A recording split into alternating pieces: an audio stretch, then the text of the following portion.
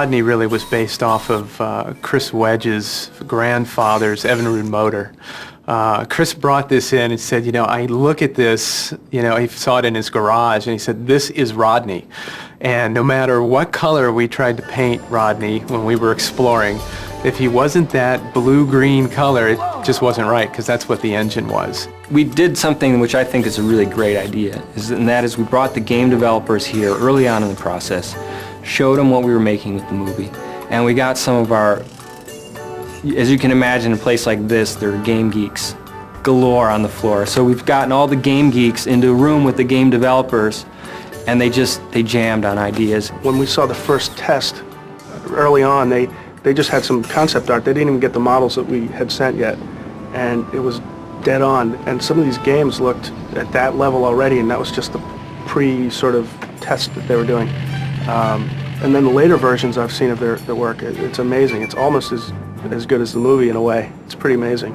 We saw an early demo of the video game that they're doing, and I could not believe what I was looking at, because they had just created this whole other level for robots. They'd taken our characters, then they'd created all these other really cool looking characters based on things that look like they're from our movie, and they put Rodney in this setting, and he's just kicking these other bad guys. He's just like destroying them. I was really blown away by it, actually. It's fun because they quickly, you see, all of a sudden you see our character being controlled by somebody, by a complete stranger, just moving Rodney around and having him jump and use the watch, like all that stuff is really great. Early on, we had shown the video game developers the Crosstown Express, how Rodney gets, you know, from the train station to Big Weld Industries, and how we wanted to have fun with, you know, our equivalent of a subway. And they took off on that, in particular the little pod and the way it rolls, and began to develop a technology to actually race these little pods through the streets. And it's a gas to watch, you know, because now you can get in and actually control one of these. They've taken that whole mode of thinking, and they've given the player the ability to kind of zip along through those curved roads, you know, launch yourself off ramps, and it's making a great bit of gameplay. We're using the exact same models, so the game will look and feel like the movie. And this is kind of an unprecedented thing. The share of technology between the game company and the production company is something that the game company has never experienced before. And so it's gonna tie the movie and the game closer together in ways that, you know, it's just kind of unprecedented. This is my son, Rodney. Rodney Copperbottom. He showed great interest in inventing ever since he first saw Big Weld. From then on, he never missed an episode of the Big Guy's show. He started inventing things on his own before he could even ride a bike. He really took Big Weld's motto to heart. You can shine no matter what you're made of. And we gave Rodney all the encouragement possible.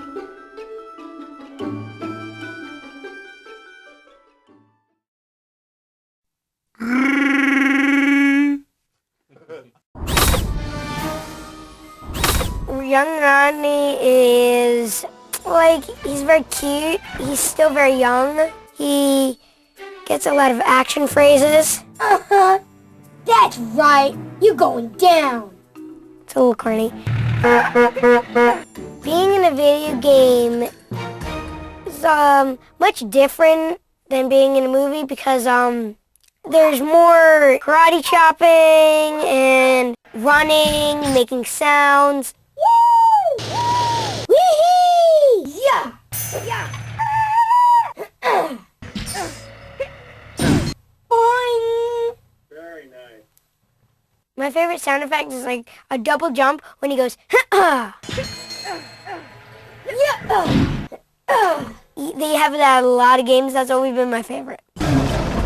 My favorite character is Big Weld. It's very big. I saw one of the drawings, and he's like this huge, like, float. This huge, like, blimp thing. He looks kind of bizarre. Very bizarre. What? It can't be true! Being in a video game is much more let loose. Your hair can be whatever. I could probably just shave my hair off right now, and it wouldn't matter one bit. Yeah, now I can fix Wonderbot. If I could create my own robot, he'd be able to do everything. He'd be a part-time camera. He'd have all the jewelry in the world because I like geology. He'd be like a part-time machine, be a jet, every movie ever made. He'd have all the pictures and everything about all the animals, do my homework. He'd be helpful. Fly. He'd be like a scooter. He'd be able to time stop here and then go to another time and then go there. Roller skates, hockey puck. He'd be my own like skate rink. What was the question again? Be like a part-time roller coaster. Oh, I have like 500 more, but I think this is gonna be like better than my sister's game. This is gonna destroy her game. Like, she'll be playing this and that. So, yeah, this is such a cool game. He'd have a microphone, and he'd be a part-time robot goalie. He'd have automatic hot chocolate with marshmallows. Over the years, we began to realize Rodney would outgrow Rivet Town. Or at least I realized it. His mother had a little more trouble with the idea. I knew Rodney would eventually have to move to the big city if he was to pursue his dream of being a great inventor. I tried to give him all the support I could, but it was tough to see him all grown up and heading out on his own. This is my son, Rodney. Rodney Copperbottom. Mr. Copperbottom is Rodney's father, and he is a bit of a dreamer himself, just like his son. And he wanted to pursue a career as a musician when he was younger, but afraid to take the risk, he had himself refitted to be a dishwasher. Mr. Gunk will probably deduct from my paycheck for all those, but if you learn from it, then it's worth it. He loves his son, he adores his son, and encourages him to follow his dream to be an inventor. If you're going to Robot City, you'll need to fix your Wonderbot. I grabbed its blueprint, so you just need to find the pieces. Mr. Copperbottom is guiding his son through this game into Robot City, and then through Robot City and to this sort of wonderful, happy, climactic ending. That gold scrap hasn't burned a hole in your pocket yet, huh? Don't be shy. Go up to the attendant and buy your ticket. I don't know. I think they're all pretty interesting. I think Mr. Copperbottom is, without question, the most interesting character in the film. No, I don't have a favorite character. I think that I don't know. I think they're all kind of adorable. Oh, I remember when you were just a box of nuts and bolts.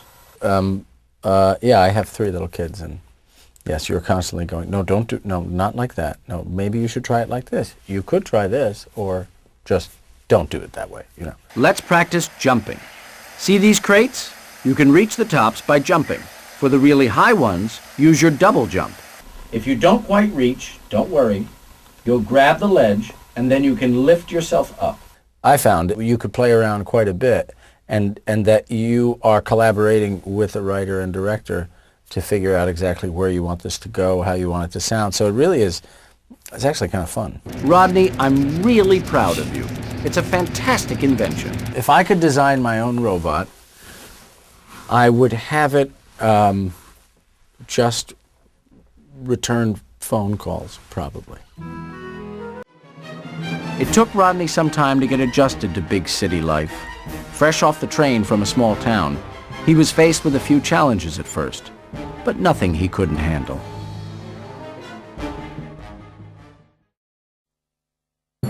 Of course, the big city had a lot of excitement to offer as well. Rodney's first ride on the transit system was nothing like anything he'd ever experienced before.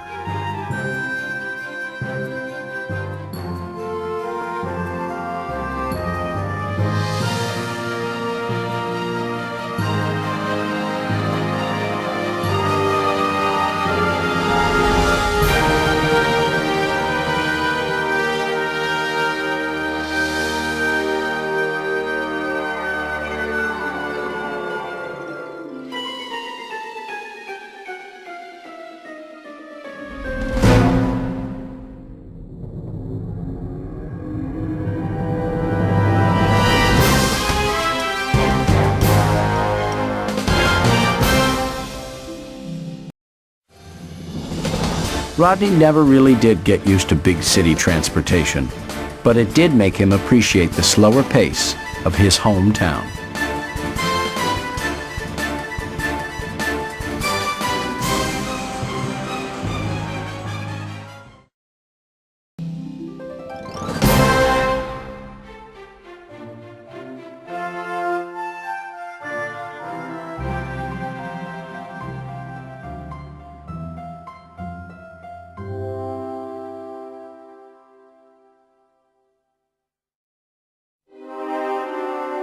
Unknown to Rodney at the time, Ratchet was hatching his own devious plans to discontinue making spare parts. I personally felt the effects of this change, as did many of the less fortunate bots throughout Robot City. Unfortunately, Big Weld was nowhere to be found.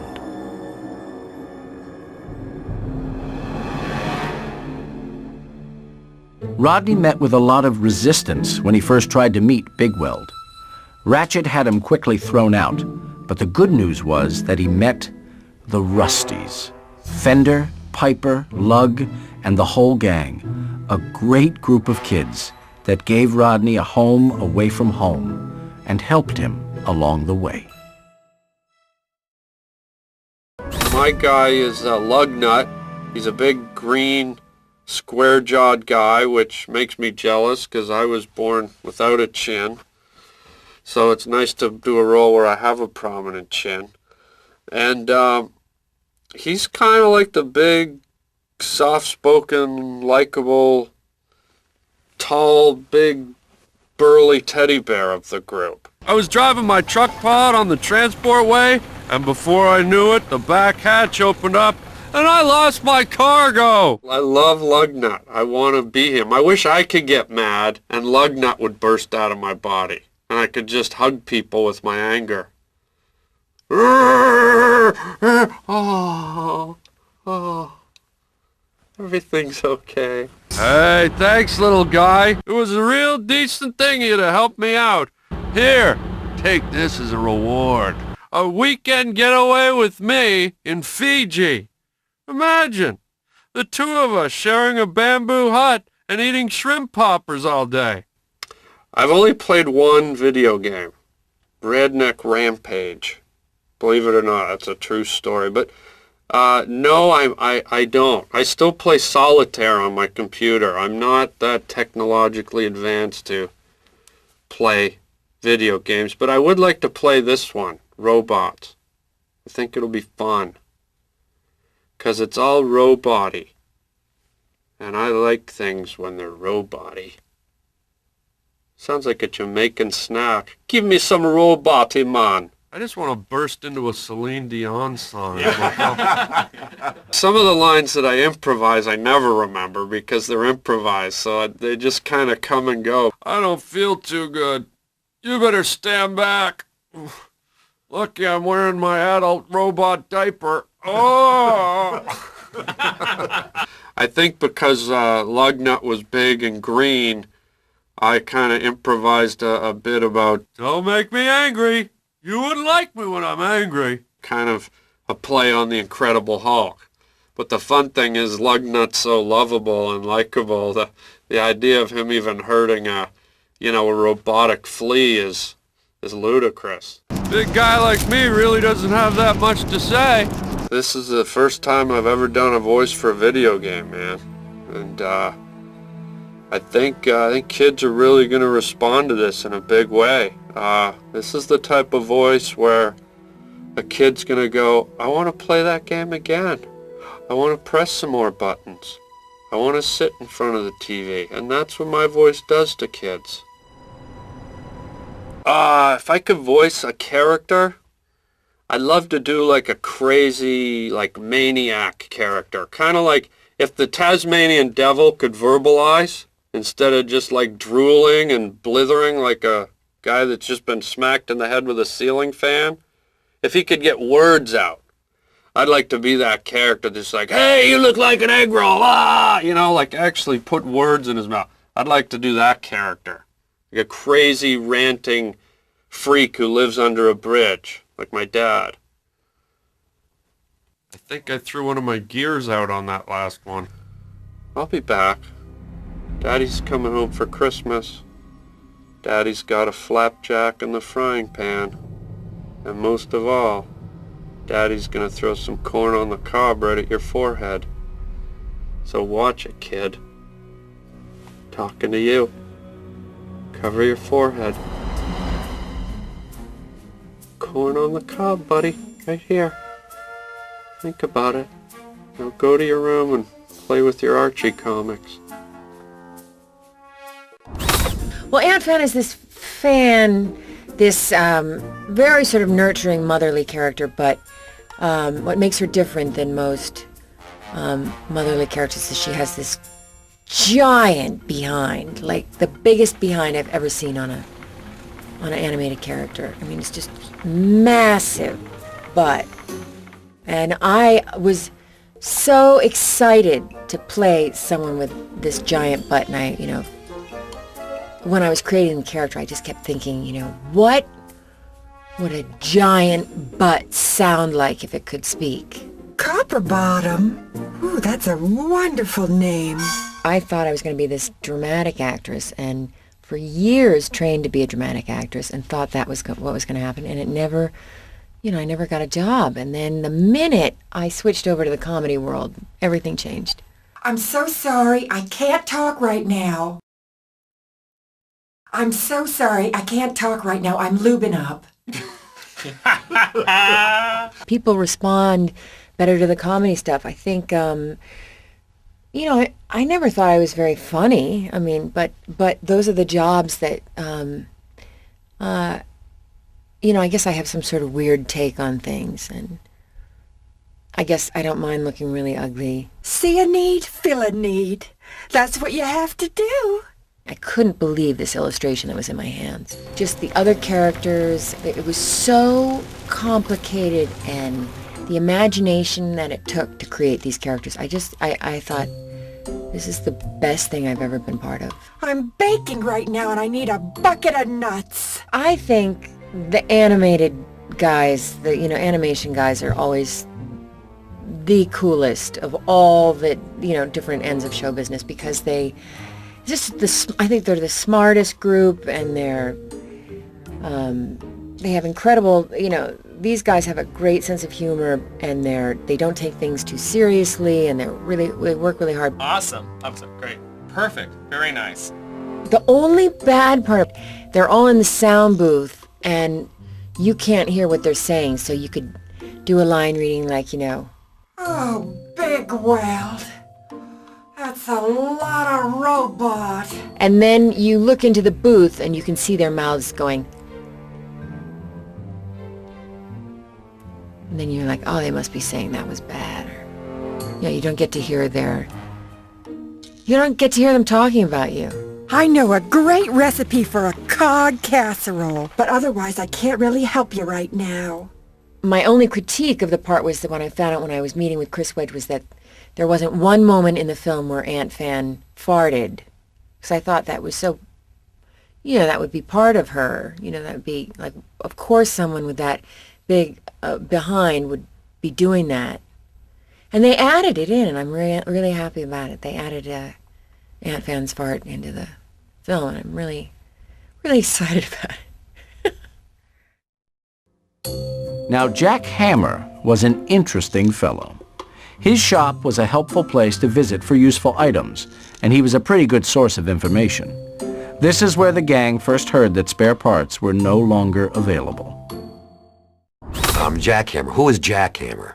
Hey there! Jackhammer's my name. I own the hardware store. Looks like you're in need of an upgrade or two. I'll tell you what. You can have one on the house, and maybe you can do me a favor later. Jackhammer is a jackhammer, I think. He's an acerbic, kind of crusty, exterior type guy who's all about selling. I see you had more luck in finding my store than the Magna Bean pieces. I had never done a video game before. This is my first one. Although I used to play them when I first moved out to L.A. and there was nothing much going on. I'd have an audition at 10 o'clock in the morning. The rest of the day was free, so I kind of got addicted to Ms. Pac-Man. But, you know, it's kind of unseemly for a 30-year-old man to be walking around with blisters on his fingers from working a joystick hours on end, so I kind of gave it up. Go take another look around Midtown. I know they're out there somewhere. It really was all fun, you know. It's more about the character for me than any individual line, you know. It's just a lot of fun to do. Here's the Magna Beam. You can use it to move bots and certain items. Its beams will pull them towards you. There's something fun about being able to go over stuff again and throw in little, you know, improvs, and it's a different kind of ambiance than you get if you're doing a film. But there's no way I'm lending you my transport pod until you can show me you're a good driver. So, go find all those blueprint pieces before the time runs out. I was thrilled to do it. I have a 14-year-old boy, and so it's going to be great to have he and his friends come and see me do this. And he also loves playing video games, and that's why I'm thrilled to have been here doing this today. For once in a while, I won't be saying so quickly, put away the video game and do your homework. I'll encourage him to play it a little bit longer than I normally would. I think I might even play it with him. My dad taught me that. When I was in graduate school and in college, we had a mask class, which I thought was really kind of silly and counterproductive. But the one thing that was great about it, you put on these masks, and you're able to do things with your body and your voice that you would have a hard time reaching if it hadn't been for the mask. There's something about hiding behind something that really frees you up, and doing this kind of work is sort of like that. They're not watching you. There's nobody judging the way you look and the way you're moving, so it kind of frees your imagination up to use your voice in ways you probably wouldn't use it. And I think the only robot that can help you is Big Weld himself. Try going to his mansion. Good luck! Cut. Once spare parts were no longer available and word spread through the city of Rodney's skill at repairing broken bots, things got a little out of hand. We raised Rodney to always help those in need, and since he was now the only hope for a lot of broken bots, he had a never-ending workload. It really wore him out repairing all those bots, but we're so proud of him for helping the less fortunate.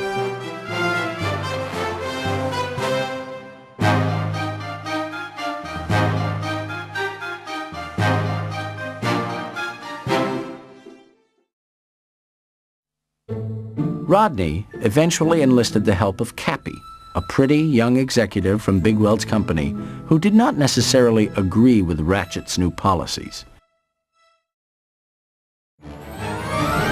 Things really started looking up when Big Weld got off his keister and decided to finally help out. Rodney almost lost hope. Big Weld's appearance at the factory caused quite a stir. Even Ratchet was shaking in his shoes. It really looked like things were going to make a turn for the better, but, unfortunately, Ratchet had one more trick up his sleeve. The old cheap shot.